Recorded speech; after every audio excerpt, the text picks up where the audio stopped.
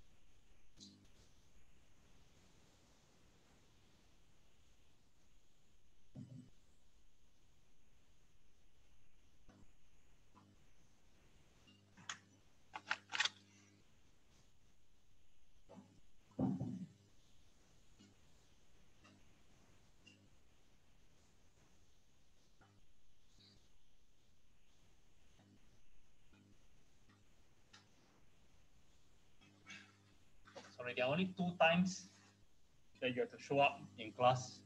Other times you can watch over Zoom. That is quiz 1 and quiz 2. Oh, this person is here.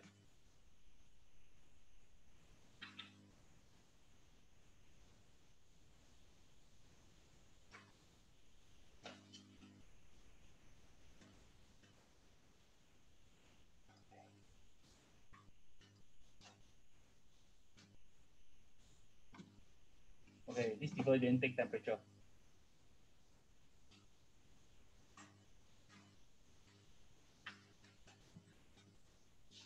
These people, okay?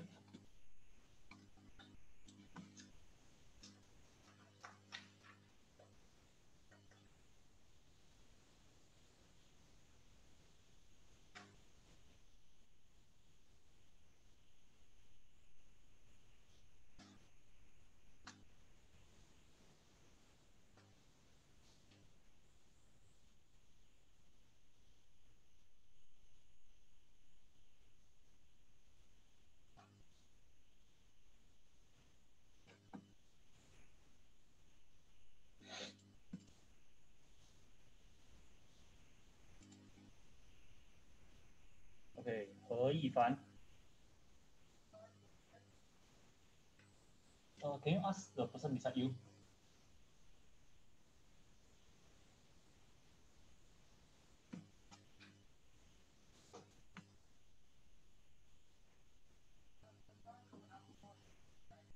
Oh, you're not an AS student.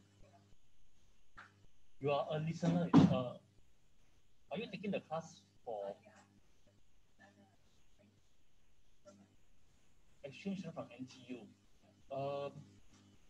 Do you have an NUS email? Then you have an NUS account. Then you should know how to log in.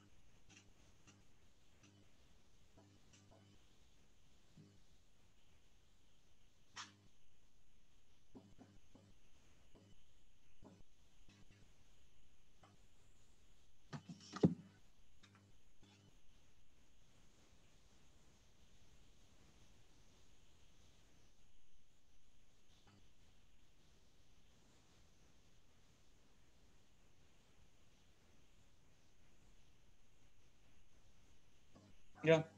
I think there's a slight error in the proof picture tree for this one.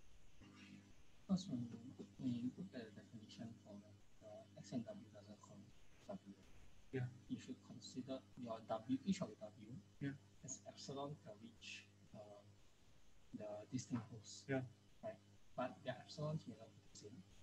The epsilons may not be the same. Yeah. Yeah, so it should be a probability over the union is more than 0. So in this case, it's probability of the union is equal to 0, which is why each of the terms must be 0. Oh, okay. I think about this now. I cannot think about this here. Yeah.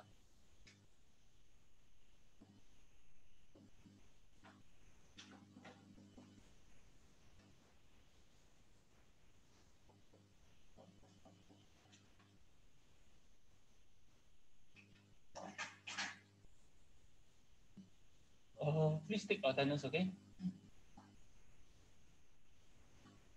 Please take attendance. I'm going to start soon. Those people who just came in.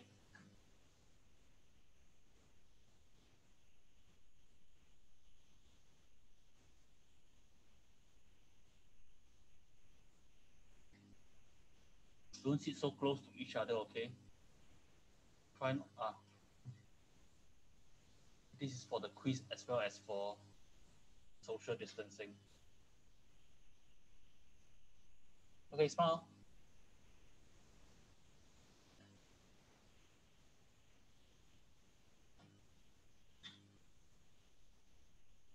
Okay. I have to start soon, like now. 可以翻 still cannot. Never mind. Take your time. Okay, so I got to start now. All right. So as you know, there will be a quiz at 8 o'clock. Let's not worry about it. I still have to get through. Okay, those people will take attendance a bit later. I still have to get through some parts of the lecture first. So today we want to start on a new topic, which is Poisson processes. So the people on Zoom, right? Can you tell me whether you can see the screen? Cai Ting, can you tell me whether you can see the slides? Oh, yeah. Zheng Tian, you can join the quiz, but you must join the quiz in person, okay? In the lecture room, because you didn't write to me. Only one person is doing it over Zoom. Okay, good. Okay, right. So today we're going to start a new topic, which is Poisson processes. Now, whenever I start a new topic, I want to motivate why we should study this mathematical object, right? Because we don't study Poisson processes just for fun, right? Because they are actually applicable in real life.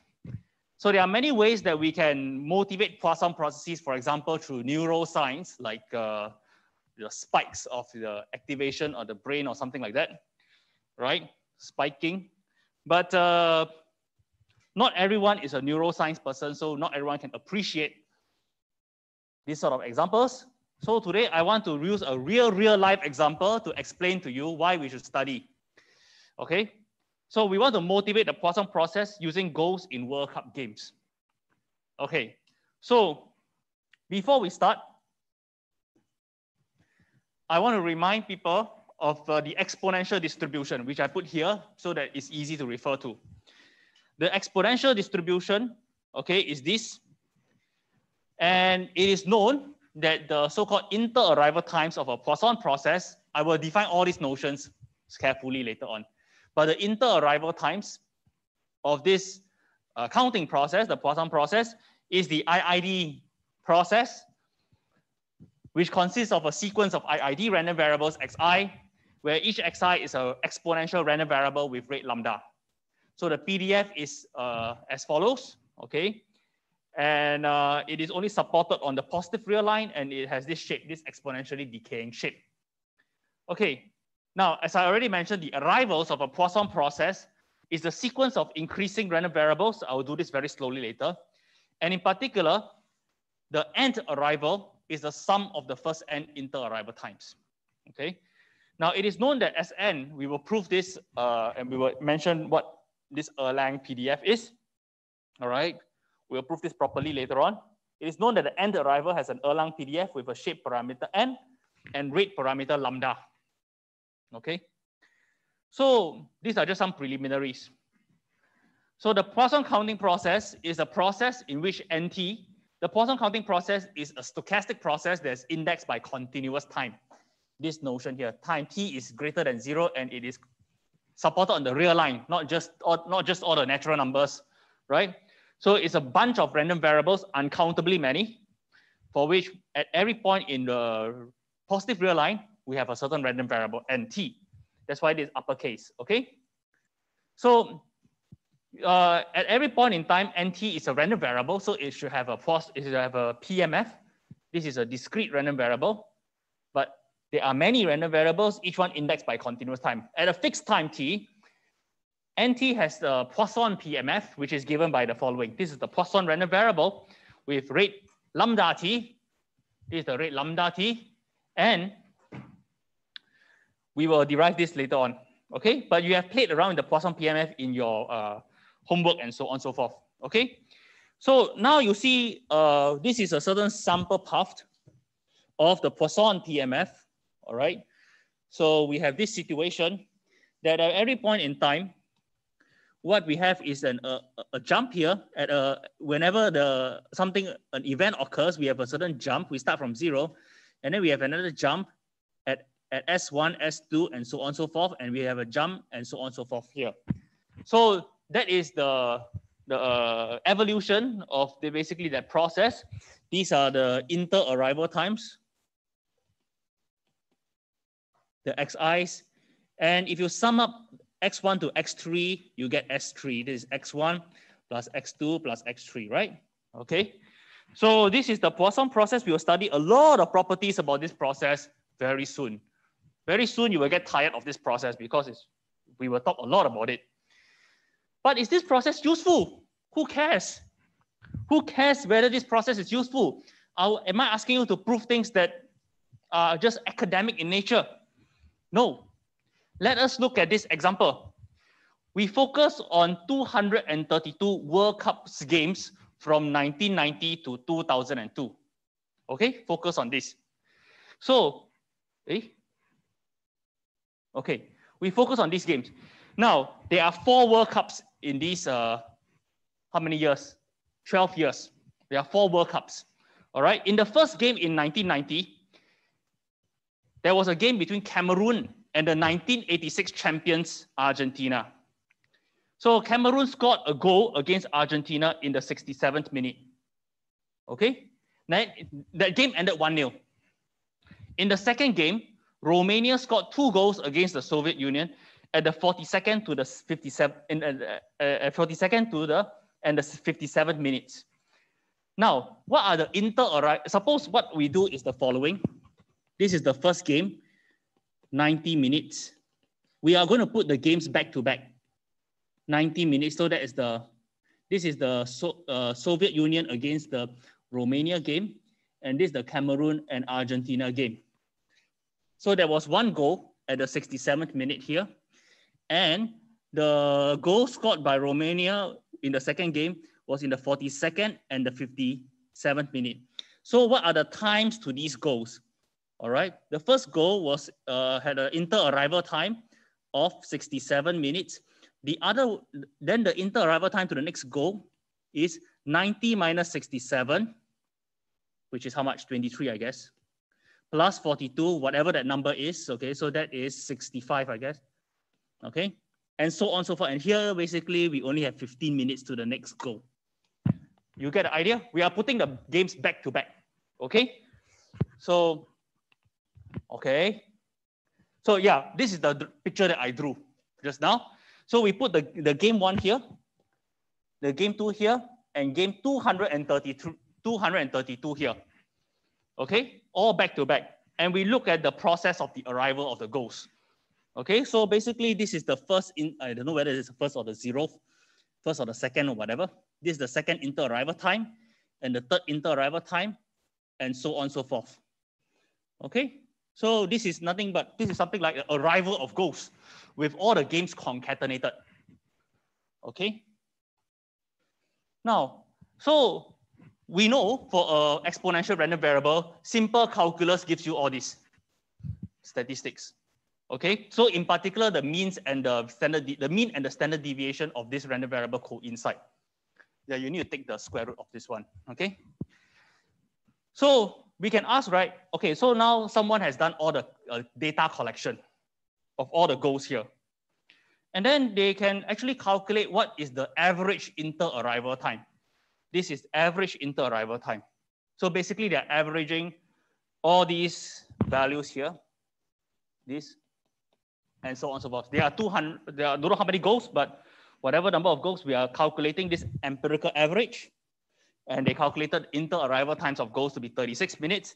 They can also calculate the empirical standard deviation. And G, okay, there's one person here. G, these two look alike, okay, suggesting that the inter-arrival times follow an exponential random variable because exponential random variable has this statistic, standard deviation equals to the mean here. Okay, so this is one piece of evidence. We are going to look at this shortly. So there were this number of goals, 574 in the 232 games. Thus, we may conjecture that actually the arrival of goals in the inter-arrival time of goals follows an exponential distribution where lambda is this value. All right, this value here. Okay, so on average, there are this number, I think 2.3 thereabouts goals per game. Okay. So this compare well to the theoretical expectation as we calculated above here. Okay, another important property of the Poisson process we are going to study. You don't know this right now, but we are going to prove this, prove a particular statement towards the end of the lecture before the quiz. The Poisson process, and in particular the exponential random variable here, has what is called the memoryless property. Let's see empirically whether we have the memoryless property. So what is happening here in this big table, all right? So this is the inter-goal duration. So how many goals, how many pairs of goals occur within 10 minutes of each other? Okay, this is the number. How many pairs of goals occur within 10 to 20 minutes of each other? This is the number, and so on and so forth. So if I assume that this is a Poisson process, the arrival of goals is a Poisson process, then the empirical probability of this happening is this, and the theoretical probability of this happening is this. So this is the actual, and this is the expected. And you see that if I assume that the underlying arrival of goals is a Poisson process, the actual and the expected do not differ by much. Okay? But let me also tell you about memorylessness. Later, we are going to state this definition in a proper way. Okay? Not skim through it so fast. We are going to understand the meaning of memorylessness, but we are also going to prove something interesting about it, okay? So the inter-arrival times are memoryless, meaning that X has this property, okay? Remember that this is what we call the complementary CDF. The CDF is the other side like this, okay? So this is the complementary CDF. A random variable is known as memoryless if it has this property. This property holds for all T and X. And we are going to prove later that the exponential distribution has this property. This is not very difficult. In your homework, you're going to prove that the geometric distribution has this property. Okay, so this statement here is of course equivalent to this by dividing. And we can calculate empirically the following, okay, from our table just now, from this table here, we can calculate what is the chance that two goals happen more than 10 minutes apart. Okay, the chance is actually 75%. Now, suppose you already know that two goals happen more than 10 minutes apart. What is the chance that two goals happen more than 20 minutes apart? You already know that two goals happen 10 minutes apart, at least 10 minutes apart. What is the chance that two goals happen more than 20 minutes apart? Now this can be sorry, yeah. How to, oh no, better don't press this. Oh gosh, maybe Control Z. Okay, so what's the chance that the two goals happen more than 20 minutes apart? We can also calculate this, all right, by using the table. And we see this is 75%. We can do the same exercise and we see that these percentages here do not differ by much. They're all around 75%, suggesting that the inter-arrival times are memoryless. So this is statistics. What we are doing here is basically collecting data and seeing whether the empirical probabilities are roughly telling us that the process is memoryless. Okay, so yeah, it seems like this is not a bad model. Okay, so this is basically a plot of these two columns here, empirical and theoretical, and we see that there's some keen agreement here. Okay, there's some keen agreement between the black bars and the colorless bars. Okay, so now we can test one more hypothesis, right? Later on, I'm going to tell you, we are going to write this down properly, that the inter-arrival times are independent. Can we see that they are independent from the data? So we are motivated to study the Poisson process. Okay, so these are the autocorrelations. These autocorrelations is some measure of independence, right? The smaller the autocorrelation, the more independent, all right? So these are the autocorrelation of times between goals. We can calculate these through some formula. And we see that all these times lies inside a band of plus minus twice the standard error. So if you are inside a band of twice the standard error, if you know statistics, then you know that you can believe that these xi's are independent. So empirically, the inter-arrival times also appear to be approximately independent. We will prove later on that we start from the sequence of IID random variables, the inter-arrival times. Okay, we will start from there. But based on this characterization of the Poisson process, we will prove in class that NT, which is the number of arrivals up to and including time t, is Poisson. Is a Poisson random variable. And this is something, if we assume this model, okay, then we can also plot the actual number of goals per game, black bars, against the Poisson fit. That means we assume a Poisson PMF. Okay, and how many expected goals are there going to be in a game? You know how long a game is, either 90 minutes or 120 minutes. So you can predict based on the Poisson PMF how many goals there are. So the prediction, where is the prediction? The prediction is the colorless bar, the white bar. The true, what we really observe, is the black bar. So you see that there is also a keen fit to this property of the Poisson process. Okay, so we are motivated to study because there is actually some, okay, this comes from this paper, all right, if you're interested to read more. It's not too difficult to understand. So this provides us with some motivation to understand Poisson processes. As I mentioned, there are many other ways one can motivate why we should study Poisson processes. This is one way. Other classes, if you take, you know, they may motivate Poisson processes through spike trains of neural signals and something like that, but I don't really understand that, so I better not say so much. Okay, so now at least I hope you are motivated to study this and to prove some interesting properties of Poisson processes. Okay, now as you know, I don't really use slides. These are the only slides you will see.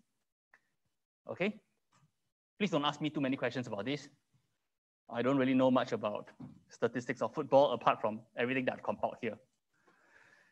Okay, so now we will spend about 1.5 hours to study about Poisson processes. The reading, okay, is section 2.1 to 2.1 of the book. Let me put this down. So when I say reading, I really mean it. You read this part, okay? I will go through this rather slowly. Okay, so let's see. How do I stop this? Okay. Zoom share screen.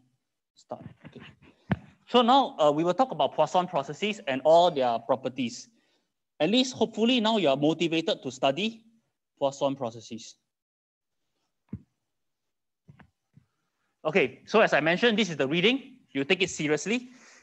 You don't just read my handwritten notes, okay? Because those may have some typos. All right, so we have to talk about an arrival process before we talk about specific arrival processes, all right?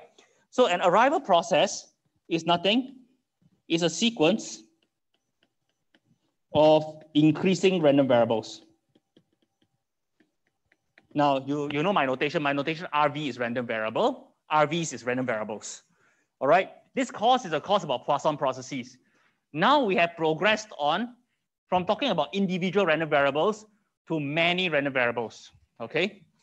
So it's a sequence of increasing random variables, 0 less than S1, less than S2, less than S3, so on and so forth.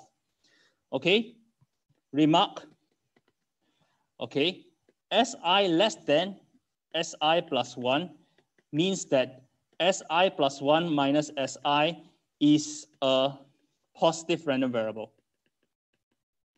Okay, what this means is probability that Si plus 1 minus Si, oh, maybe let's make this greater than this, is equal to 1.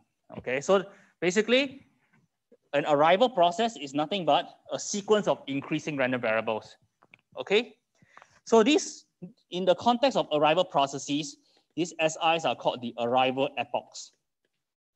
You can call them arrival times as well if you wish, but we use time so often that we like to give this a different name. So all these SNs are random variables. And we already know that if I write the following, Sn less than equal to T, this is an event. Oh, sorry. It's an event. And what is the meaning of this event? Maybe I will do this. What is the meaning in English of this event rather than in math? This means that the end arrival occurred before time T. Okay, it's not exactly before. Okay, before means strictly before. Before means like this, okay? But we are very casual about equality. And we are very casual about equality because these SIs are in fact continuous random variables. So Sn exactly equal to T has probability 0. Okay, so we don't really care about equality. I'm usually very precise, but it doesn't really matter here. Okay, so we can, we are able to relate, we are able to specify. So we have one characterization of this process, arrival process. It is through this collection of increasing random variables, S1, S2, S3, so on and so forth. Okay, we can specify the collection of arrival epochs. So these arrival epochs are this sequence of random variables Si using two related stochastic processes. Okay, so I'm going to tell you what these two stochastic processes are very soon. Okay, but before that, I want to tell you something, that this stochastic process here, okay, has a few properties. It is indexed by I in N. It is indexed by natural numbers. The I is this 1, 2, 3, 4, 5, indexed by natural numbers. And these SIs are continuous random variables. In general, we are in our discussion of Poisson processes. Okay? The other two related stochastic processes will be different in these two aspects. Different and similar, as you will see. Different and similar. So this is just some emphasis, okay? Some emphasis for you. Okay? Now, how do we specify? I promise you that I'm going to tell you about two related stochastic processes, right? So now let me fulfill my promise to you. Now, my promise to you is that here we are going to draw nice pictures. So here, this is the time axis. We start from 0. Now, we are going to arrive at S1, S2, S3. These are our arrival epochs, okay, of our random process, our arrival process. Okay, so nothing happened here from here to there. Nothing happened from 0 to S1. Then suddenly at S1, someone scored a goal. So there was one goal in our tournament. This is a jump of 1. Okay, then nothing happened. Everything was very peaceful. Nothing happened until S2. Then someone scored another goal and we jump, right? Now nothing happened and we jump to the third goal and we stay until the fourth goal. All right, so this is our, this is specified by the sequence of random variables S1, S2, S3, right? Okay, now, so this is as you can see, these are the arrival epochs. Let me make this look nice. Oh, sorry.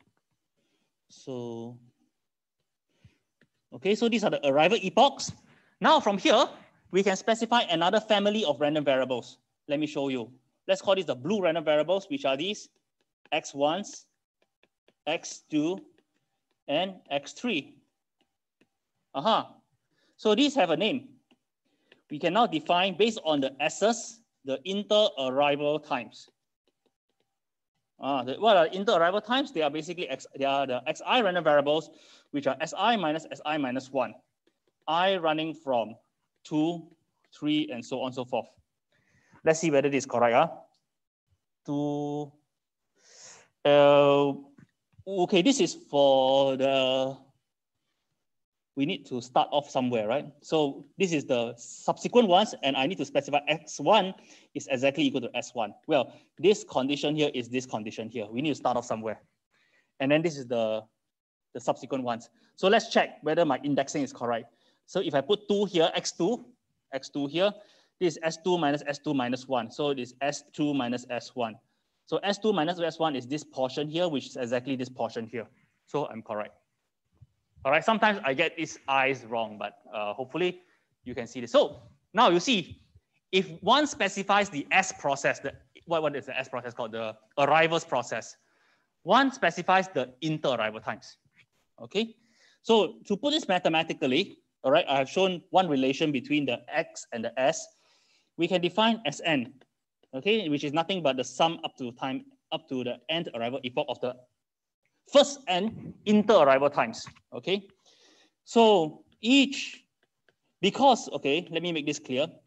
Because what do I want to say?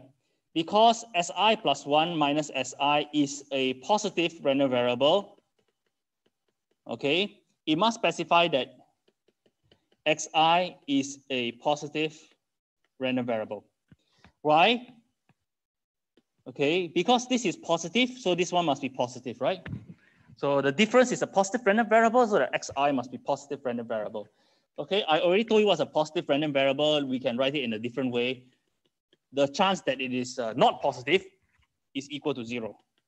Same thing, I wrote a definition upstairs just now. Okay, so note the following relationship. If you tell me the S's, I can tell you the X's. If there is a relation, one-to-one relation between the X's and the S's, the arrival epochs as well as the inter-arrival times. Okay? Okay. So I just want to make a remark here, small remark. Usually, for renewal processes, which we will describe in a moment, the Xi's are IID.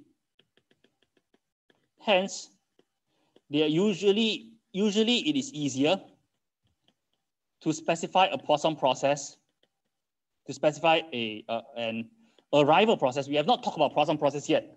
An arrival process via the Xi's rather than the S's. Okay. Now, if the Xi's are IID, right, to specify the SNs, to specify these sums, these arrival epochs, this is usually not so easy. Why?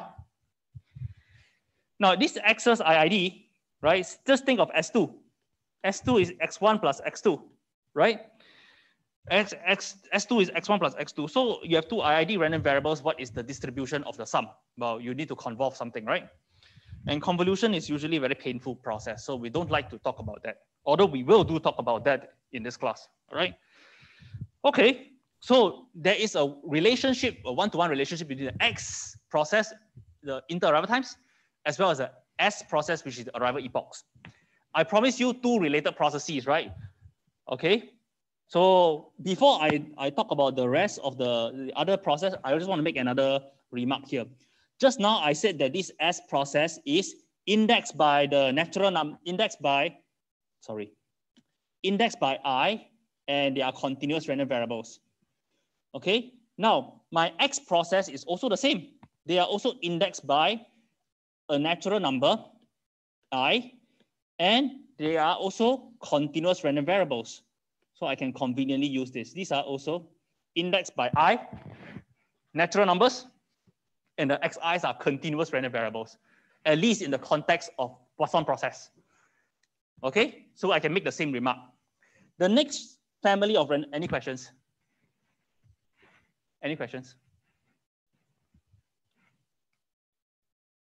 Maybe I talk too much. Any questions? Cool, everyone understands, right? You have the notes in front of you, and you also have Gallager's book. The next process is going to be different. It's called the Poisson count. It's got nothing. It's called the counting process. Okay, what is the counting process? It is written as follows: nt, t bigger than 0. So this process here, this family of random variables, nt, is now different. Okay, just now we were indexed by a natural number. Now this family here, okay, is indexed by what? It's indexed by something different.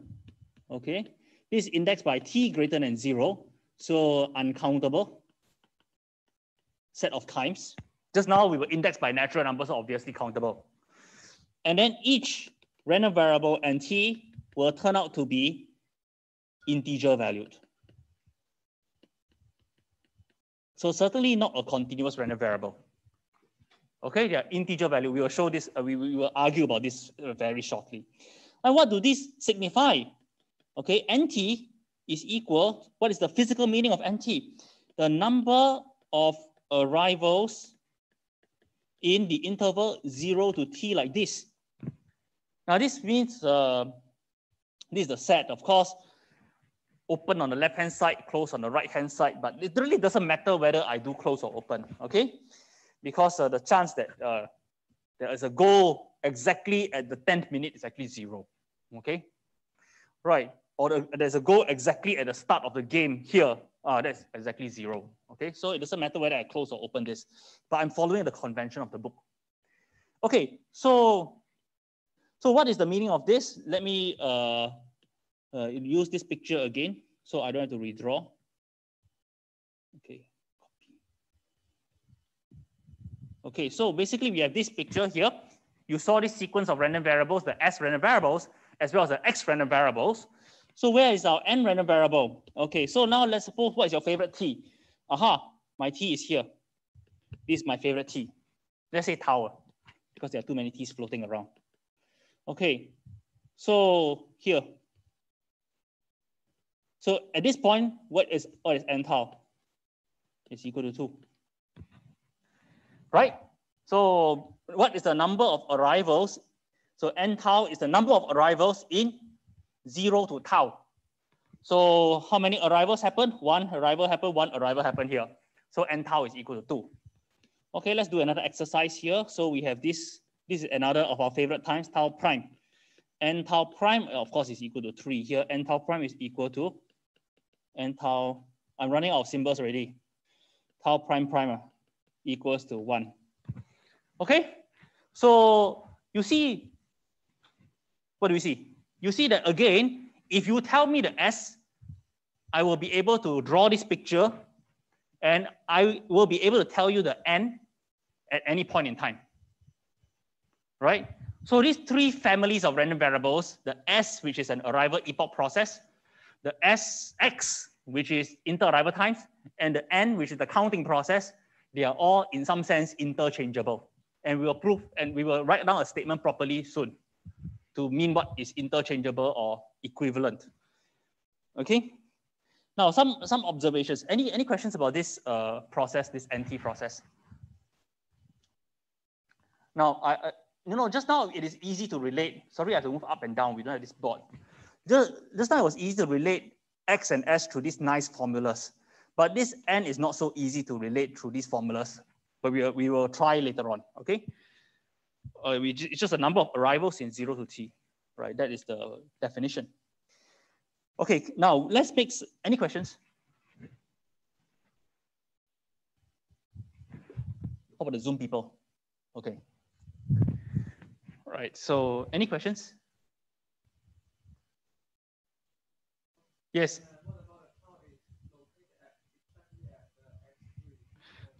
Oh, okay. Oh, yeah. So as I said, I'm running out of symbols. So let's put the tau here. Oh, sure, no problem. Let's get rid of this. Okay. So now we have this what color would we like? Let's go exactly here. Let's go back to the definition. Let's call this tau star. N tau star, how much? Is the number of arrivals up to in this range. So inclusive of tau. This means inclusive. So how many do we have? 1, 2, 3. I think it's 3. If we're exactly at this tau star, that's the way we define it. But it doesn't really matter.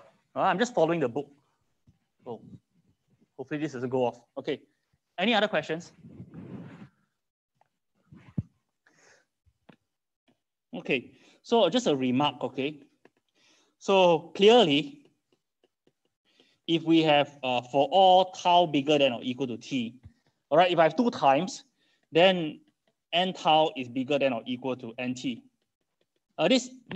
This process, if I evaluate at 2 different times, right, you can only go up. So let's prove by picture. So what is the proof by picture? Look at these 2 times. Tau star is smaller than or equal to tau prime from the picture. This way is not decreasing, right? And tau star here, tau star is bigger than tau, right? This is increasing here, right? So this direction is correct.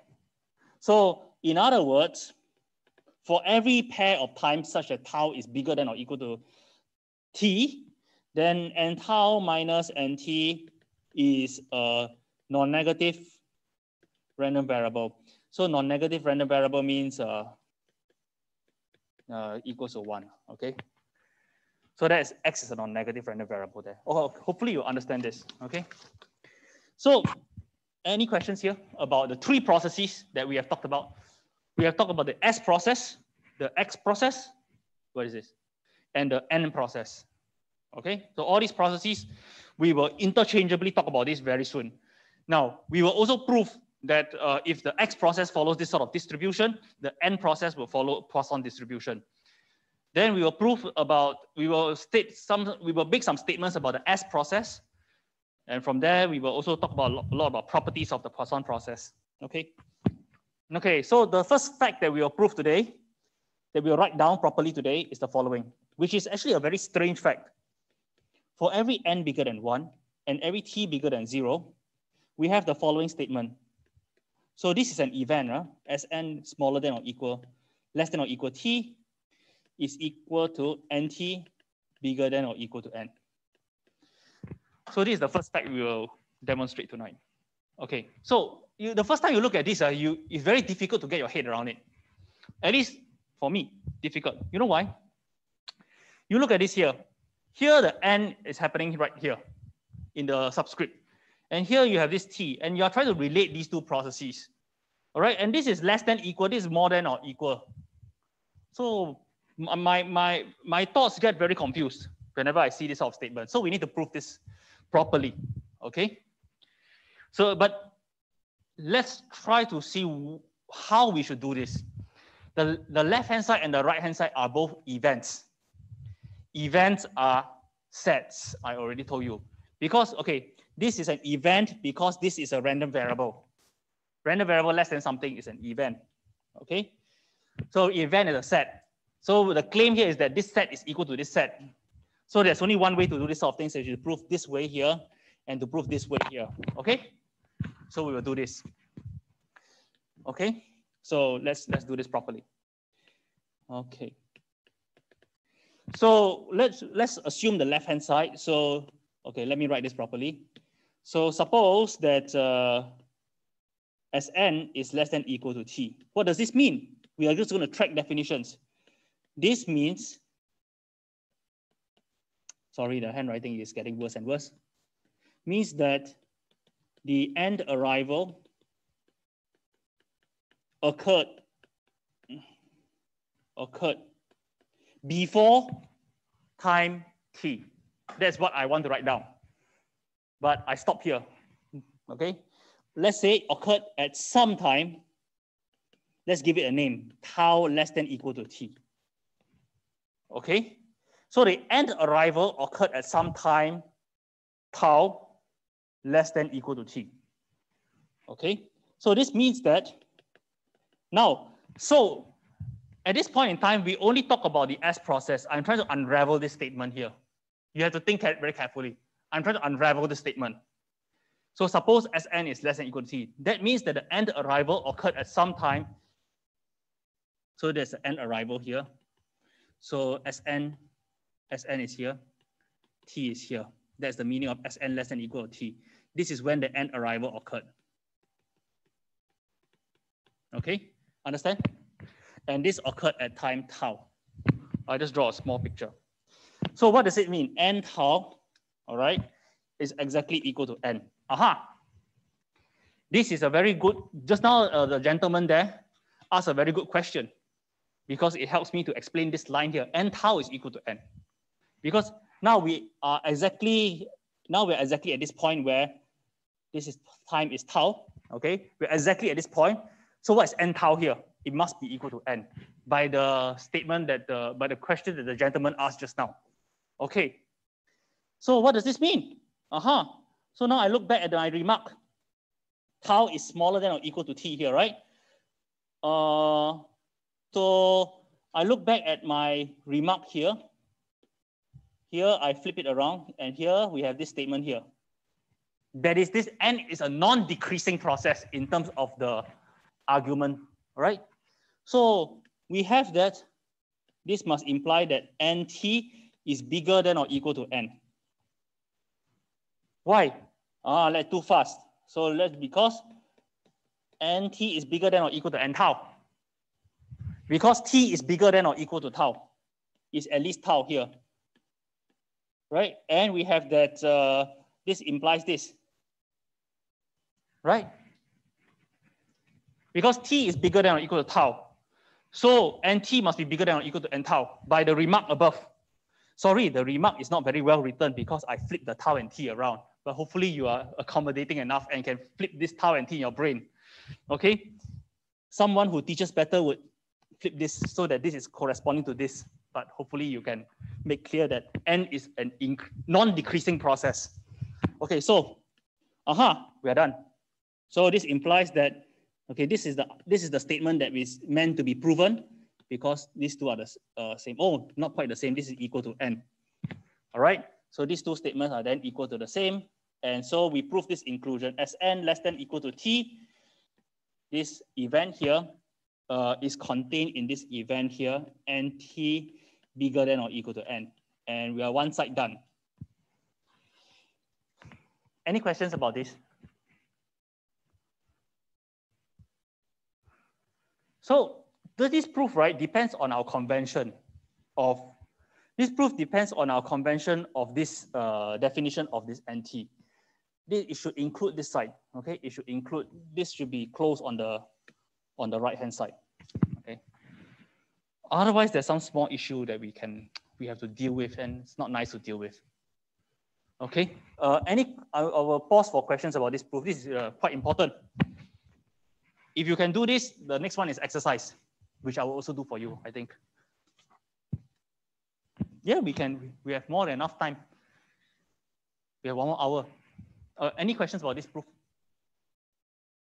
And let me repeat, okay? In order to prove that the left-hand side event, which is a set, is equal to the right-hand side event, which is a set, there's only one way to prove that the two sets are the same. You prove this side, and then you prove this side. So now we are going to prove this. We are going to show this side here. Oops, I'm sorry. This is the proof of this side, okay? So suppose that we assume that Sn is less than or equal to t. What does this mean? Let's unravel the definition. This means that the end arrival occurred at some time smaller than or equal to t. Okay, which is, look at this picture here, which is not very well drawn, but hopefully it makes sense. Okay, this is Sn less than or equal to t.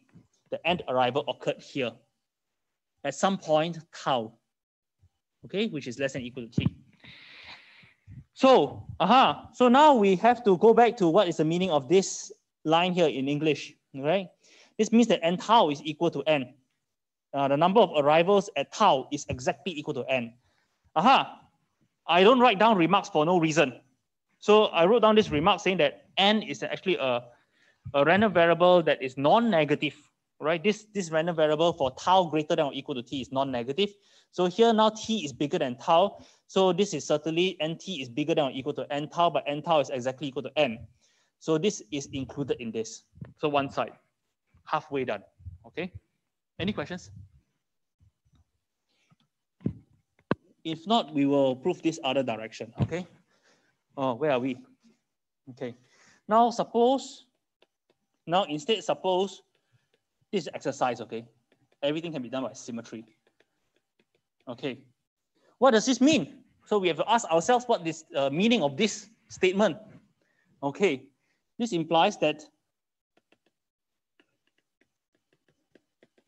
the number of arrivals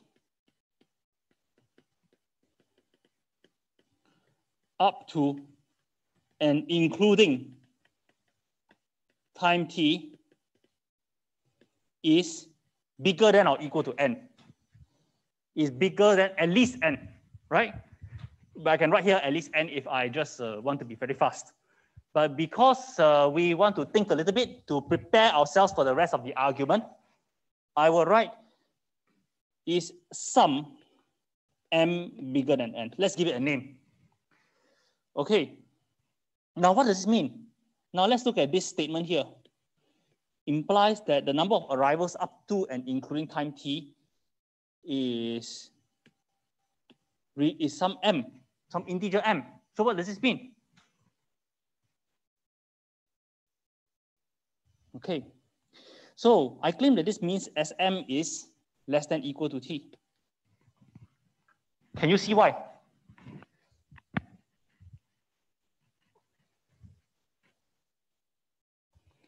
Right? So implies that the number, so now suppose that nt is at least n. This implies that the number of arrivals must be at least, number of arrivals up to and including time t is some m at least n. Okay, let's give it a name instead of just saying bigger than or equal to n. Okay. So the mth arrival epoch must be not more than t. Why? Again, if we are not sure, what do? Draw a picture. Okay. So the number of arrivals up to here, number of arrivals up to here is m. Right? At this point here. So what was the time of the mth arrival? It must be somewhere here. Right? It must be before or no later. All right? That means we have this statement here. Understand? So we are just trying to unravel what we mean by this statement in English here. All right? So we have this. All right. So what is the next step? Okay. So this means that Sn, okay, what do we, Sn is not more than t. Why? Why? This is skipping one step. Okay. So let's not skip any step. Why? Because we have the following. Okay, this is less than equal. I really mean this. Why do we have this? Because m is bigger than or equal to n. So we have this. So m and n are two different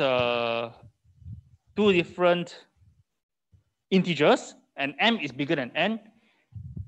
So the arrival time, the arrival epoch of the mth arrival must be at least that of the nth arrival, right?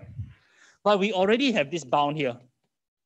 And so we conclude that, okay, we suppose that nt is greater than or equal to n. There is some event. It must be contained in this event. Oh, I'm sorry. It must be contained in this event here. Sn is less than or equal to t as desired. Sn is less than or equal to t. Okay, so combining this. Oh, we still have someone who wants to listen, but I don't know whether it is a student or not. Okay, so combining these two statements, combining equation 1 and equation 2, we prove the claim, which is this claim here. Okay, so we are done. 1 and 2 yield this. Okay, any questions about this? Second part. I talked about the first part in detail just now. Any questions about the second part?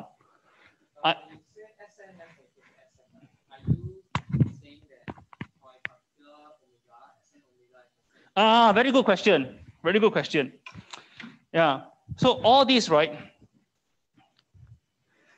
All these sort of statements here, I am being super lazy. Okay. When I write this, right, I really mean the following: omega such that Sn omega is less than equal to T. Okay, so this is some set of omegas in the sample space omega. Okay. So all this stuff here should be actually carried down. Okay. So for a particular little omega in capital omega, let me erase this first. For a particular little omega in capital omega, this is, you cannot see, right? This is less than equal to this, fixed omega. Okay, so I'm picking one particular omega, in my capital omega, and I'm asking all the questions about that particular omega in this whole derivation. Now, this is a bit cumbersome, right? We can write Sn omega here in place of this guy here, right? To be absolutely precise and correct, and to be absolutely pedantic, right? We can write this. But then this one, right? It will look very funny already. You will have to do NT omega like that, which double brackets I don't like. Okay, so we will have to remove all this. It's too heavy. Okay, let's not do that. Okay, but implicitly we understand that everything here is indexed by some omega. Okay, all right. So now I talked about what did I talk about? Arrival process, arrival epochs. The arrival epochs are the SNs. SN. Sorry, the people at home cannot see. These are the arrival epochs. And then the XIs, these are the inter-arrival times. So let's keep it here. All these are names. Inter-arrival times. And this is the NT, which is the counting process. Counting process. So let's keep it here. All right. So these three are interrelated. Okay. If I know one, for this entire sequence in N, sorry, I didn't put all these curly brackets here. If I know this, I know this, I know this. All right, all this you can toggle back and forth. So now we have talked a lot about arrival processes and the related processes that I can create from them. Okay, but we haven't talked about what is a Poisson process, which is the main goal for the next 3 weeks. Okay. All right, before I talk about Poisson process, I need to talk about renewal process. The renewal process can be studied in greater generality than Poisson processes, okay? In some years, I talk about chapter 5, but maybe this year I won't talk about chapter 5. Chapter 5 is on general renewal processes and stopping times and things like that, right? But a renewal process is an arrival process.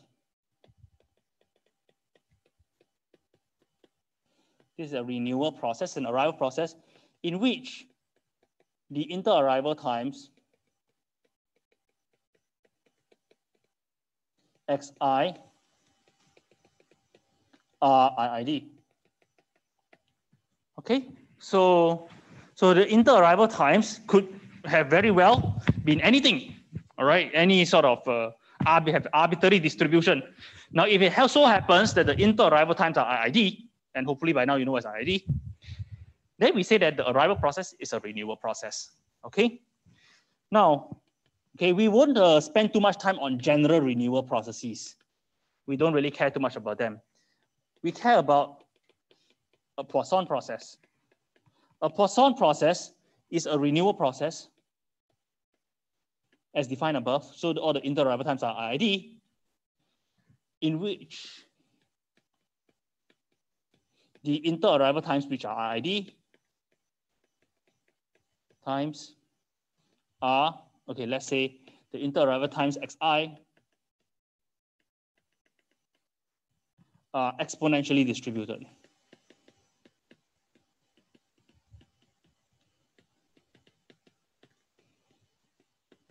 Okay, so we just want to remind ourselves of the definition of exponential distribution, even though I believe you have had some exercises on it already in the past few weeks.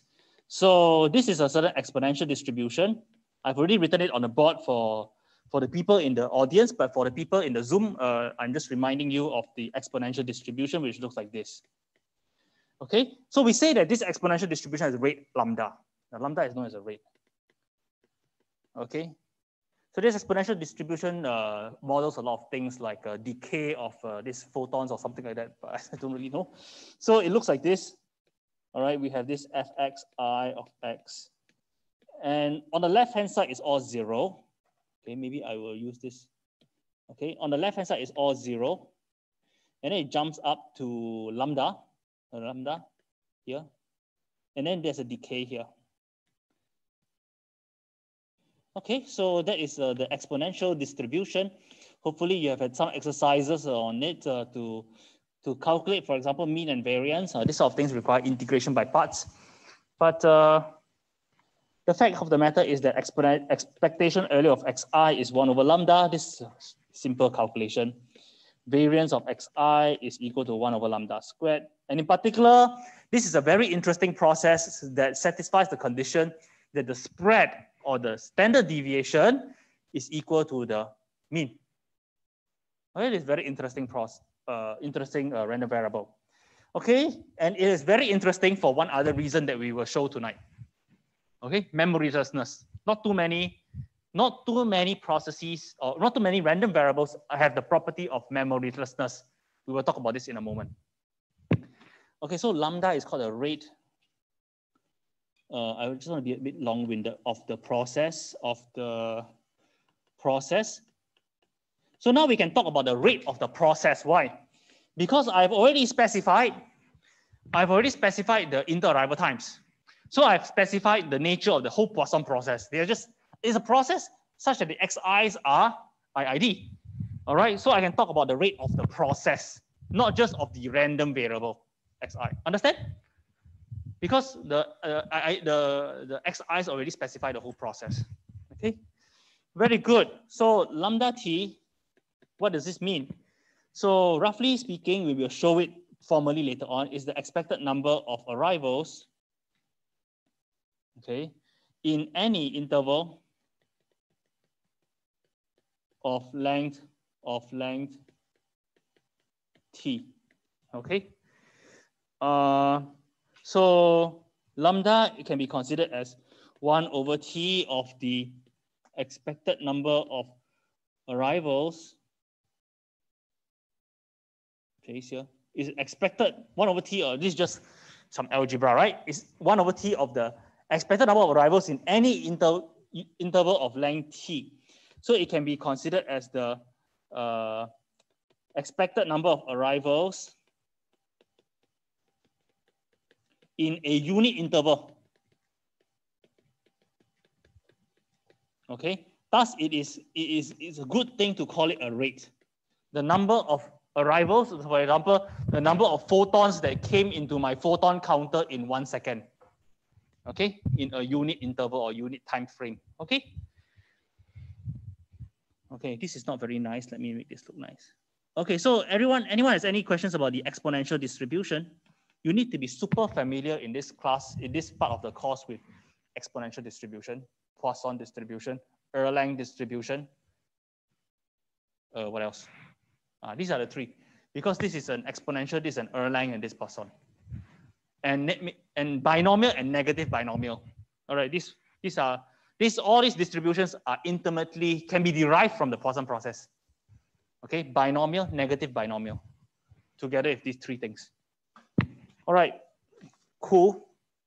All right, so now we come to this important concept known as memorylessness. Okay, memoryless property of the Poisson process.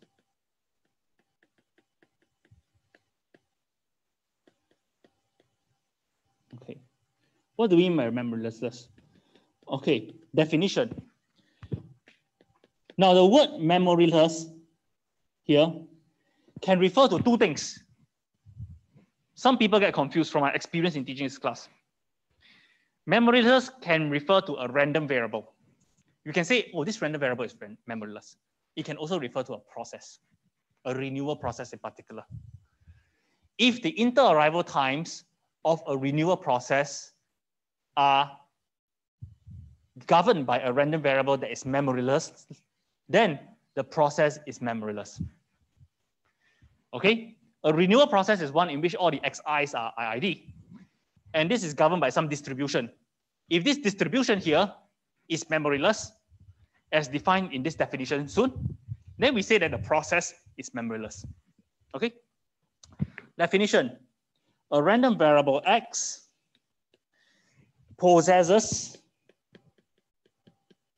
the memoryless property.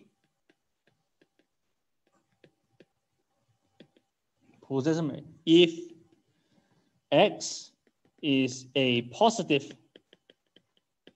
random variable, and for all tx bigger than or equal to 0, we have the following property. Probability x bigger than t plus x equals to probability x bigger than x, probability x bigger than t. In the same way, we have fx t plus x is the complementary equals to 1 minus fx of x, 1 minus fx of t. Okay, so now this is all the same because this guy here is nothing but the complementary cumulative. This is the same as this. Because if we flip this sign here, if we flip this sign to less than equal, then this is the cumulative, right? Yeah. So this is a complementary cumulative. I'll remove all these plots. Okay. So this is the definition. So we can check. You give me a random variable, I can plug it in to see this is equal for all tx or not. Okay. And we'll do this exercise shortly. So in particular, the following actually is more intuitive. Is more intuitive. And I can tell you a story after I tell you this intuitive thing. Probability x bigger than t plus x over probability of x bigger than t. Okay, what is the meaning of this? Probability of x bigger than t plus x, condition on x greater than t. Why is this so?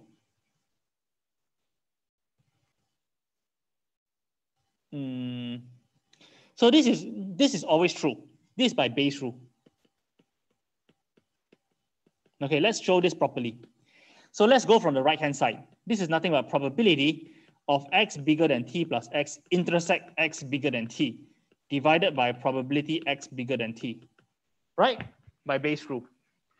Now, the claim here is that I can drop this one. And so I recover this part here is exactly this part here, right? Why can I drop this one? Because obviously, if x is already bigger than t plus x, and t and x are non-negative things, because t and x are non-negative numbers, if this is true, then clearly this is true. 5 is already bigger, this is 5, is already bigger than 4. Okay, this t is something smaller, so obviously 5 is bigger than 3. So these are nested sets. If you want to be really pedantic, let me get rid of this. Okay. All right. Let me write this properly in case we want to take notes. Okay. So this is one moment x bigger than t plus x and x bigger than t over probability of x bigger than t. But we can drop this part. Okay. So the purple parts are the same. Okay. So this is nothing but Bayes' rule. This is not intuitive. This is nothing but nothing serious here. But the claim is that this is equal to probability x bigger than t. Bigger than x, sorry. X. This from here to here, we are using memoryless. This is from here to here, we are using memorylessness. Memorylessness is from here. Right? Because here we take this, divide by this, we should get this. Right? The purple part is this divided by this. So we are left with this part here. And this part here is exactly this part here. Understand? Am I going too fast? No, right? Okay. So this is nothing but the fact that, okay, what is the meaning here? Let's look at this equation here. Let me cut it out. Okay, so this is an equivalent characterization of memorylessness here. Memorylessness implies this, if and only if, not just implies. So what is the story here? Okay, this one, let x be equal to 10 minutes. Okay, let t be equal to 5 minutes, 10 minutes or so. Let t be also 10 minutes. What is the story on the left-hand side? X is 10 minutes, t is also 10 minutes. What's the story on the left-hand side? Okay. So this event here means that, say buses are arriving. My bus has taken more than 10 minutes to arrive. We can also frame this in terms of goals if we want. Huh? This means my bus has taken more than 10 minutes to arrive, right? X bigger than 10. Okay, what is the meaning of this? This is my bus has taken, here, bus has taken more than 20 minutes to arrive. Okay, and here is also bus taken more than 10 minutes to arrive. I set the X and the T the same. So what does this mean? What's the story on the left-hand side? So I've waited. Left-hand side means I have already waited at least 10 minutes for my bus and he has not arrived yet. Okay? So the chance that I have to wait another 10 minutes is the same as the chance that I have to wait at least 10 minutes from the start. This is not real world. In the real world, this does not happen. Because if you go out to the bus stop right now, and you had waited 10 minutes already and the bus didn't arrive, it is very likely that it will arrive very soon. Because buses arrive on a deterministic schedule. Buses are actually designed on a deterministic schedule. Every 10 minutes, a bus leaves the bus depot. And so if nothing happens, right, the traffic is perfect. Deterministically, every 10 minutes, there should be a bus arriving. So if you have already waited 10 minutes and you see no bus, a bus is very likely to come. So arrival of buses such that the bus departs the depot at every fixed 10 minutes, right, is not a Poisson process. It does not satisfy the memoryless property. But maybe, as we have seen just now, this property pertains to arrival of goals. If the two teams kick already, still no goal for 10 minutes, I think you still need to wait 10 minutes on average to see another goal or something like that. You see the point? So this is actually, okay, I'm telling stories now, but really this is a mathematical property of a random variable. A random variable is memoryless if it has this property, okay? But this property, I think, does not apply to the buses situation. Because buses leave the depot one every 10 minutes, say. Okay, maybe some people are confused, but you don't need to understand my example. You just need to understand this definition, okay? Okay, I make some comment, okay? Remark. Okay, if X represents waiting time for your bus until arrival, then this equation star means that if arrival has not occurred by time t, the distribution of remaining time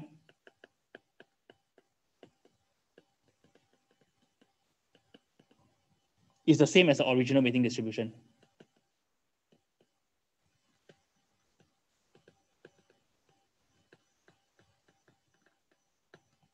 Which I don't think applies for buses in real life, but it may apply for goals that are scored by a team. Okay, so this is the punchline.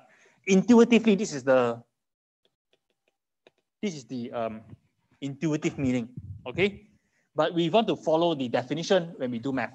Okay, example: X distributed as exponential lambda is a memoryless random variable. Okay. Now, I just want to set up a few things before we do anything. So let's see. Now, based on the definition of this PDF, we can calculate the CDF of the exponential distribution. So you integrate from minus infinity, maybe I do it once, to x of fx of u du. So this is minus infinity up to x of lambda e to the minus lambda u du. Here I take x positive, okay? Otherwise it's very boring. Okay, so what do we get here? This is 1 minus e to the minus lambda of x after integration. Sorry, I do integration very fast. So 1 minus f, the complementary is equal to e to the minus lambda x. Okay? So hopefully you don't mind. I don't want to do calculus on the board. Otherwise, I will get it wrong. We need to check.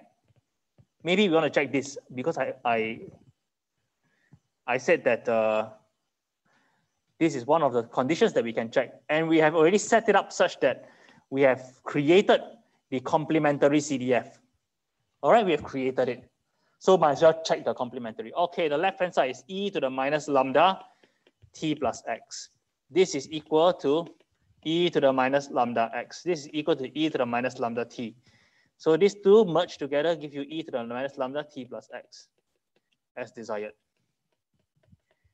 So this implies that exponential lambda, random variable, has the Memoryless property. Okay? Everyone understands my calculation? So this is the claim. Maybe it's not example, it's a claim. And this is the proof here. Okay? Everyone understands? It's a simple calculation, and we are just nothing, we're doing nothing but just to evaluate this to see if this checks out.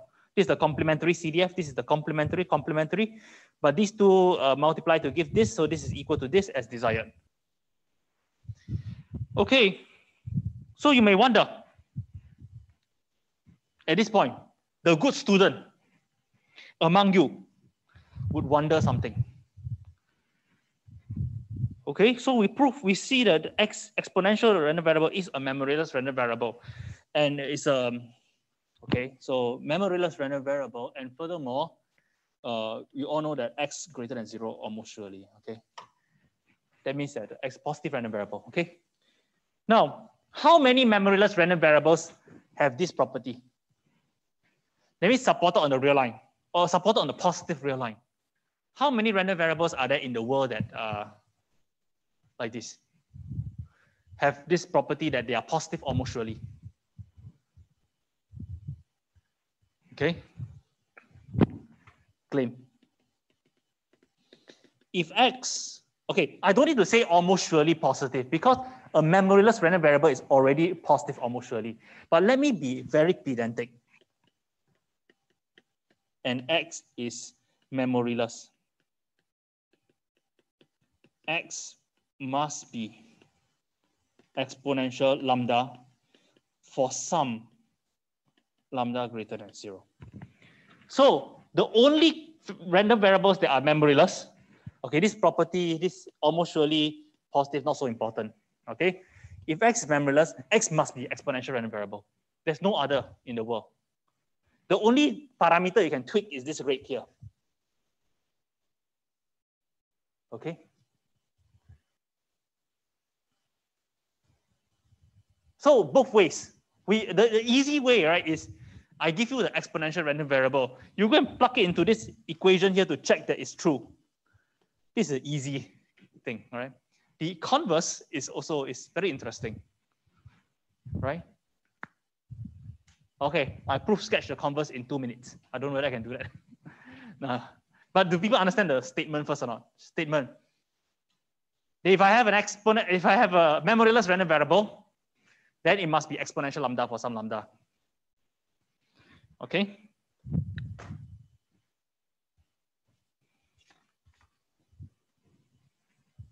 Any questions? I talk a lot, as usual. People at home, any questions? Cannot see the, oh, sorry. The people at home, where's the chat? No one talk to me at home. Okay. Any questions? I do a small proof sketch of this, okay? This is actually some exercise in Gallager's. Let me see. Exercise 2.6.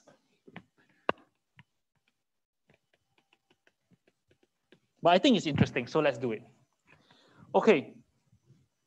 So let h of x, okay, this is the proof sketch. Okay. Let h of x be defined as log probability of x bigger than x. Let's define this function first. Okay. Now, if x is memoryless, I'm not going to say it's positive almost surely anymore. Then it must be true that h of x plus t, or t plus x, is equal to h of t plus h of x. Why? Well, we have the situation that probability of x bigger than x plus t is equal to probability of x bigger than x and probability x bigger than t, right? Because this implies that if I take log everywhere, h of x plus t, h of x plus t is equal to h of x plus h of t, showing this. So this is a small justification. Okay, and this memoryless implies this, which implies this after taking log. All right, so we have this. All right. Now,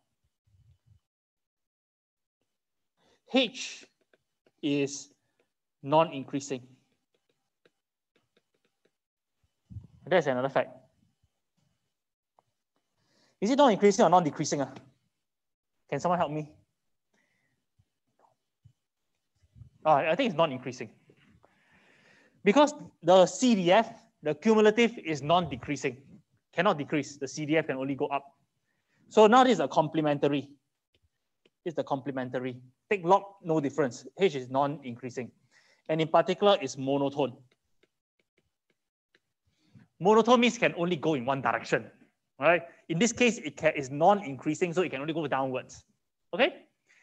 Now, we have this property. This function must satisfy this and this. All right? So it suffices to show that under condition 1 and condition 2, h must be linear. The only functions that satisfy equation 1 and equation 2 are linear functions. Wait, linear not enough, right? What is linear? Yeah, linear. I really mean linear. I don't mean affine. Affine cannot. All right? You cannot have any offset. So the only functions that satisfy 1 and 2 are linear. Okay? So this is not so straightforward anymore. All right, no, before that, okay, it suffices to show that under 1 and 2, h is linear. All right, so h, i.e., what's the meaning of linear? H of x is equal to ax. Let's, for some a in R. Okay.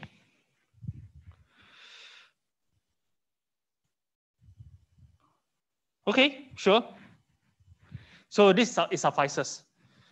So, but before that, right? Before that, if h of x is equal to ax, then does this work? Yeah, I think it does. Because this is a property of this linear. All right, so this is the left-hand side would be a of t plus x.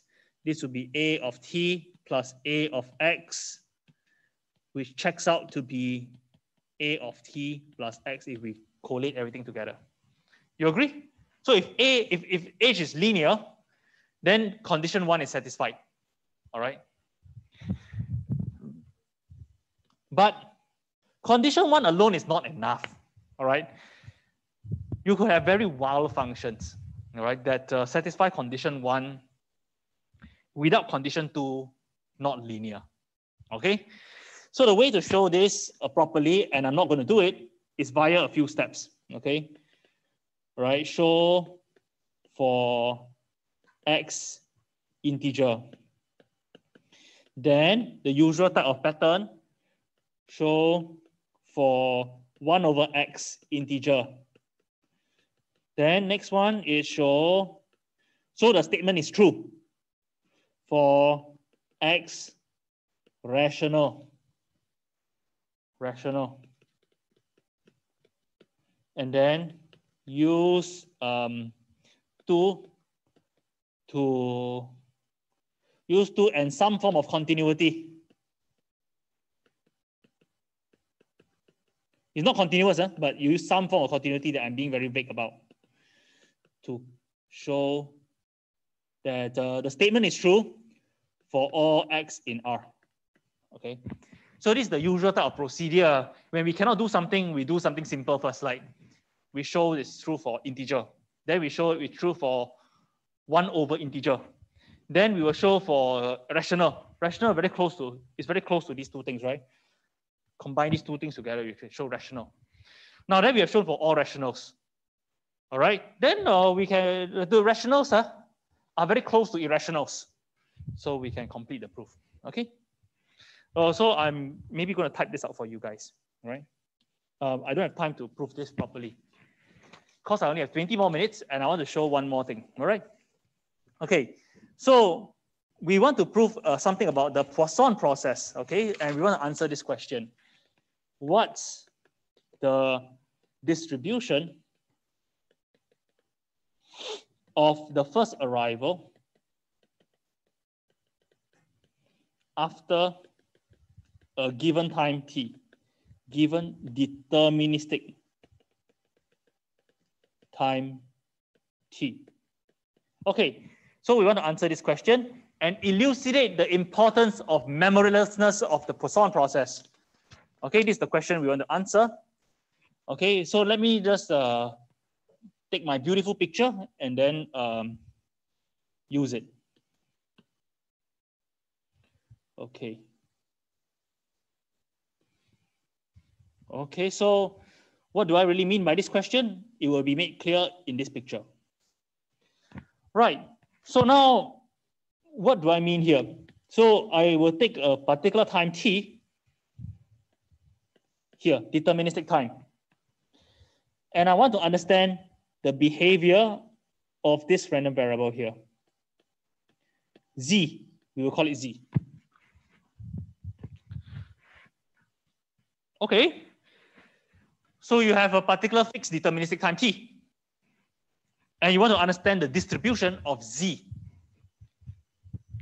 This is the next result I'm going to show you. It's super surprising. It's very surprising because it's very counterintuitive. Now, what is the distribution of x3 here? Exponential lambda. By now, you should already know xi is distributed exponential lambda. The way I've drawn this, you see that Z is smaller than x3, right? It's strictly smaller, right? The way I've drawn it, we are going to show that Z is exponential lambda. No difference. No difference at all compared to the interval that Z lies in. No difference. Okay. So what does this mean? X3 is the inter-arrival time between goals, between two goals. Okay. Now, what is happening when you see this T here? What's the story? All right, about this T. So now you walk into a room where there's football on the TV. Maybe you go home and then your father is watching football. Okay, so you go home at this time. You watch the football with him.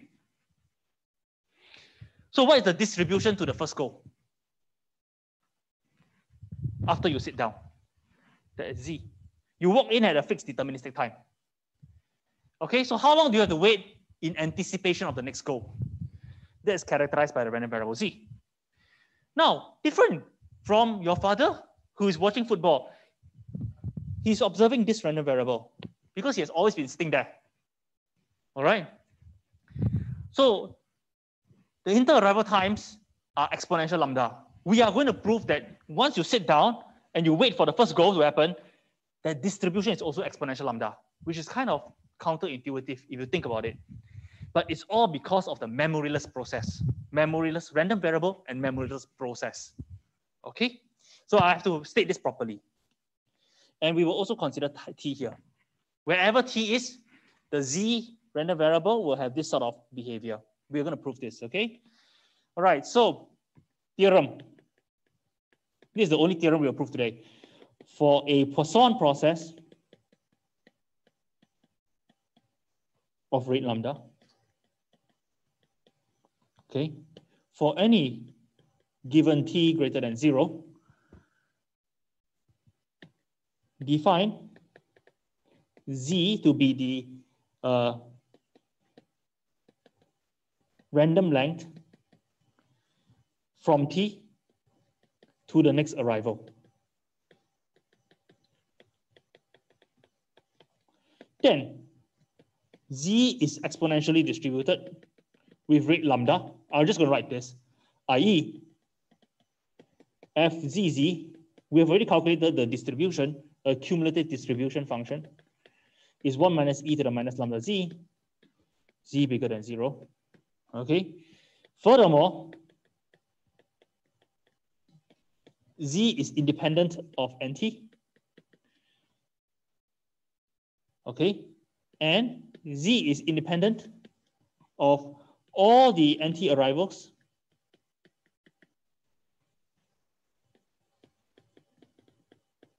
before time t. Before time t. Okay, I'll just write this. So the first part of the theorem here is exactly what I alluded to, right? It's exactly what I alluded to when I said you sit down and then you watch the football and you're waiting for the next goal to occur.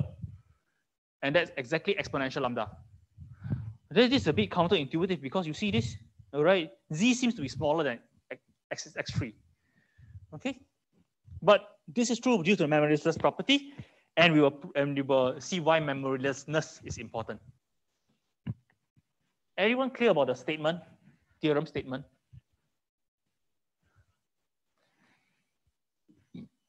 Okay, so we have 20 minutes. We will prove this in the next 20 minutes and we'll call it a day, okay? So there are several statements here that we have to prove, okay? Statement 1, statement 2, statement 3. We'll prove all of this together. Okay, we keep life simple first. We'll make life simple. And first, as a warm-up, consider that t such that nt is equal to 0. Okay, so what does this mean? Now our t is here. Here, nt is equal to 0. Nothing happened yet. This will simplify the notation slightly. So I assume that no arrivals have arrived, no events have occurred, no goals have been scored at time t. So you walk into the living room to watch football with your father and it's still 0-0. Okay. So how long more do you have to wait? Oh, we'll show this. First, consider this, okay, which is this picture here, this sub-picture here.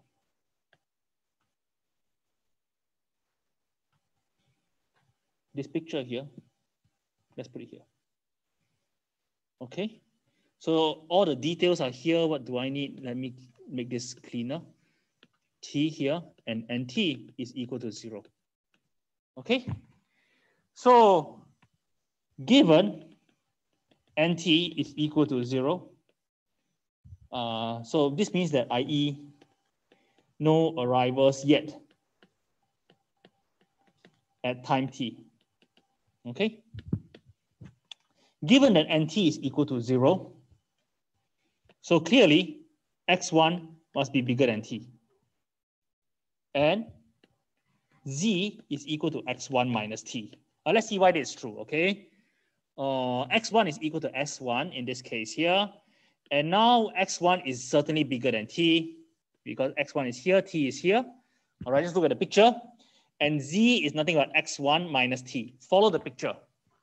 All right. This part of the proof requires picture. Okay, so we can now do some calculations, right? Let's consider probability z bigger than z. Oh, by the way, this is probability z less than equal to z. So it suffices to prove that probability z bigger than z is equal to e to the minus lambda z. It suffices to show this complementary is exponential. Okay, that's why we start off with this. Let's consider nt equal to 0. Let's consider this small event, this event here. Let's assume this is the case. All right, this is equal to, well, if z is greater than z, then what is z? Is x1 minus t. Let's replace this by x1 minus t bigger than z, condition on nt equals to 0. Well, this is probability of what? Okay, arrange this a little bit. Greater than t plus z, condition nt equals to 0. This is just rearrangement, and there's nothing much to explain. Okay, then this is probability x1 bigger than t plus z, condition on what is nt equal to 0 mean? Nt equal to 0 means that x1 is bigger than t.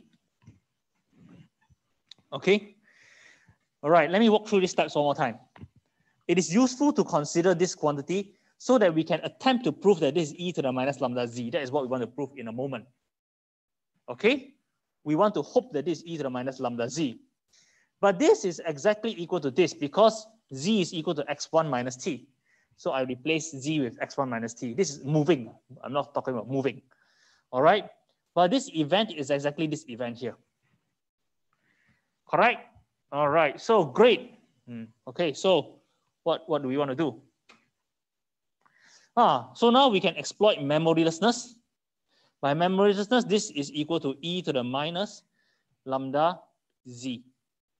The z is the only difference between the left side and the right side. By memorylessness, you see, let me go back to memorylessness. Memorylessness means this equation here, right? The conditional probability that x exceeds t plus x, condition on the fact that x is already bigger than t, is just the increment x here. All right. So this is nothing but, let me do this a bit slowly. Okay. It's a probability that x1 is bigger than the increment, which is z, this is an exponential, x1 is an exponential random variable with rate lambda. And so it has complementary CDF given by the following. So we have some believable answer here. Right? At least condition on nt equal to 0, we have an exponential random variable. But we are not done yet. Right? Because who says we can condition on this? Right? So we need to consider all possible values of t. Okay? So this is the next part of the proof. All right.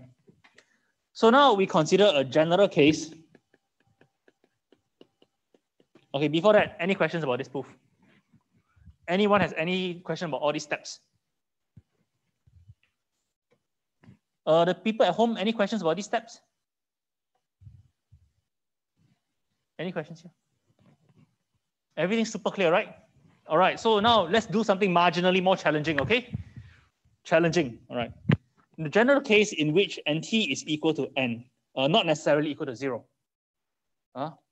Arbitrary n bigger than 1. So this means that as n is equal to tau, now the nth arrival occurred at time t. So at time t we have n arrivals. So the nth arrival occurred at some tau less than equal to t for some tau. Agree? Yeah. So we have the following picture. Okay. So we have this picture here, which I'm going to replicate. Okay. So it's easy to do calculations.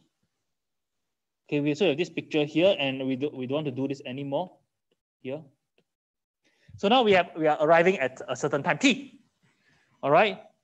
And now S2, now let's think of n, t special case is 2. This is our n. So n is equal to 2. All right. And this is our tau. All right. We need to label this picture. Okay. So now let's do a certain calculation.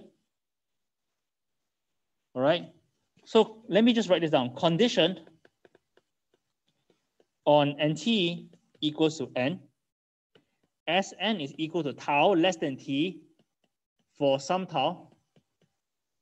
I give it a name. The first arrival after t, first arrival after t is the first arrival after Sn as well. Okay, right? Because the first arrival after t is the first arrival after Sn. There's nothing in between. All right? So another simple observation is the following. Z is equal to Z if and only if xn plus 1 is equal to Z plus t minus tau. Okay, let's see whether this is true. This is Z equals to Z, let's say. Okay, this is xn plus 1. This is this x, because our n is 2, right? I like to use examples. So this is our xn plus 1. X3 is our xn plus 1. Now what is this size here? This is t minus tau, this length here. Do you agree? So xn plus 1 here is equal to this length z plus t minus tau. Exactly. You need to track the picture. Understand? So x3 is xn plus 1. It comprises the z part as well as the t minus tau part. Okay, so let's calculate this. All right, so again, we compute z bigger than z, condition on nt equals to n, and Sn equals to tau. Okay, so here we fix some tau. Okay, nt is equal to n means that Sn equals to tau for some tau less than t. Agree? Of course you agree with me. Right? This is the, I already draw this picture many times. Okay, actually I didn't draw the picture. If I draw on the board, it'd be very painful. I copy and paste the picture. All right, so, so now if z equals to z, we have this expression here. So now I'm going to consider, okay, this can be replaced by xn plus 1 minus t minus tau bigger than z, right? Because I just replace capital Z, I just replace this with this minus this part here to get this part here, right? All right, so if you track this carefully, you condition on nt equals to n and Sn equals to tau, okay? So now we are going to do some small rearrangement. This is probability of xn plus 1. We are going to make xn plus 1 the subject of all our formulas. T minus tau, condition on nt equals to n, and Sn equals to tau. This is just moving. Moving I will not talk about. Okay? All right. So now we have that nt is equal to n and Sn equals to tau. All right? Now we have this situation, nt is equal to n. So this is nt is equal to 2. All right. Nt is equal to, Sn is equal to tau. So we have this situation here, Sn equal to tau and nt equal to 2. So we want to understand the situation about xn plus 1. All right. Xn plus 1. So I claim that this is true. Xn plus 1 bigger than this we are copying. Now here, xn plus 1 must be at least t minus tau. Okay, Sn equals to tau. Right? Okay, so why is this true? So xn plus 1 is this random variable here. All right, we already know that nt is equal to n here. This is xn plus 1. So xn plus 1 must be at least this much, right? Otherwise, something is wrong. This length must be at least as long as this length, right? Because we already know nt is equal to 2 here. So this event here corresponds exactly to this event here. All right, now we are almost done. Because this, what is this? This depends on xi, I running from 1 to n, because Sn is the sum of the first n inter-arrival times, right? And now we make use of the key fact that all the inter-arrival times are independent. So this guy can be dropped. So now what we are left with, is just this guy here. This guy here. This is equal. I drop the Sn, right? I drop this. And now, by memorylessness again, you see that this is common. T minus tau common. Oh, I'm sorry. This T minus tau is common. And so what is the innovation? The innovation is just the z part, which is an xn plus 1 is exponential. So this is exponential lambda z. So this again suggests, okay, that this distribution here is exponential e to the minus lambda z here. Okay, so z has CDF given by z has conditional CDF, at least in the conditional case, given by 1 minus e to the minus lambda z, z bigger than 0. So this suggests exponential. Rate lambda. I will not write down that. This suggests that the time you wait once you step in to when a goal arrives is exponential lambda. Okay? But here, there are still some things we have to do, and we'll do it next time. All right, we'll complete the proof next time.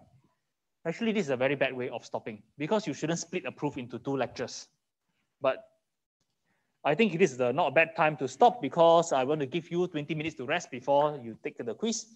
Okay, but we are not done yet because here we have conditioned all these people here. We should prove unconditionally that this guy is e to the minus lambda z. What we prove is a condition of all these guys, but it's very easy to get rid of. We just average over that. Okay, we see that we condition all these people here, but the final answer here does not depend on n, does not depend on tau. So we can average and we are done.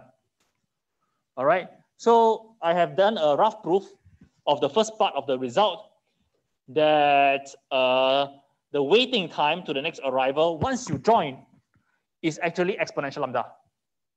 Okay, so this is reading up to section 2.2.1. Please do that. You have 2 weeks to do that, you know, before I talk about some other exciting stuff. I talk about independent increments property and so on and so forth. Okay, so this is the point I want to stop. I stopped at some very surprising place. All right, because here you walk into the room and the distribution here is exponential lambda, even though this distribution bigger one is, this length here is exponential lambda. All right, so to me, this is quite surprising.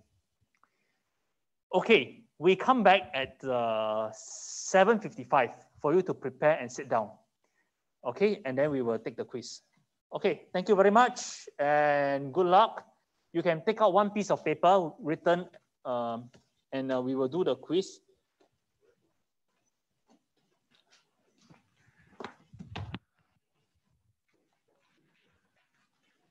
I will stop the Zoom, okay? The Zoom people, I will stop the Zoom, okay?